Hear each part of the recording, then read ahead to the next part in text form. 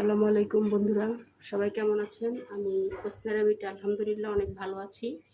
আমি আজকে আপনাদের সামনে নিয়ে এসেছি সাদা মুরগি গোশত রান্না করা। তো এই ক্ষেত্রে আমি মুরগির গোশতগুলিকে একটু হালকা ভেজে নিয়েছি, যার কারণে সুন্দর একটা স্মেল আসবে মুরগির গোশত। আর আমি সব মশলাগুলিকেই থেতো করে নিয়েছি, বাটি নিয়ে। আজকে সব মশলা আস্ত আস্ত মশলা দিয়ে রান্না করব। বিসমিল্লাহ। দিয়ে দিলাম পেঁয়াজ, থেতো করে রাখা পেঁয়াজগুলি। এখানে নিয়েছি আদা থেতো করে। সব আজকে আমি একদম আস্ত আস্ত মশলা দিয়ে রান্না করব। এখানে রসুন, সব কিছু আজকে আমি আস্ত আস্ত দিয়েছি। দিচ্ছি 4টা তেজপাতা। এখানে নিয়েছি একটা বড় এলাচ, তাও থেতো করে।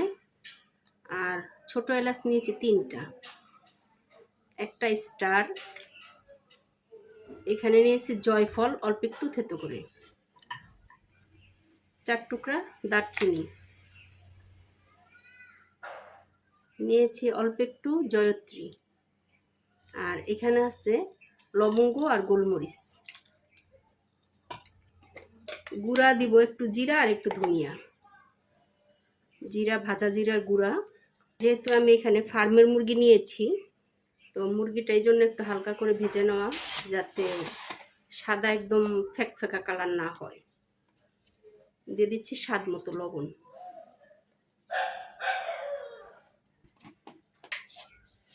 দিচ্ছি গোটা জিরা। দিয়ে দিচ্ছি ধনিয়ার গুঁড়া। মুরগি যে ভেজেছিলাম সেই মুরগি ভাজা তেলটুকু দিয়ে দিচ্ছি। বিসমিল্লাহ। মেখে নিব ভালোভাবে।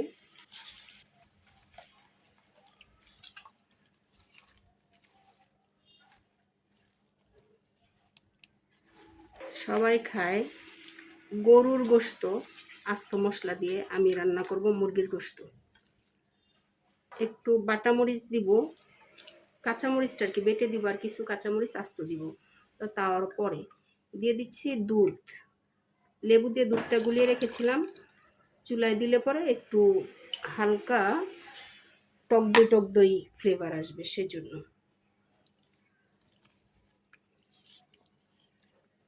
এখন আরেকটু পানি দিব।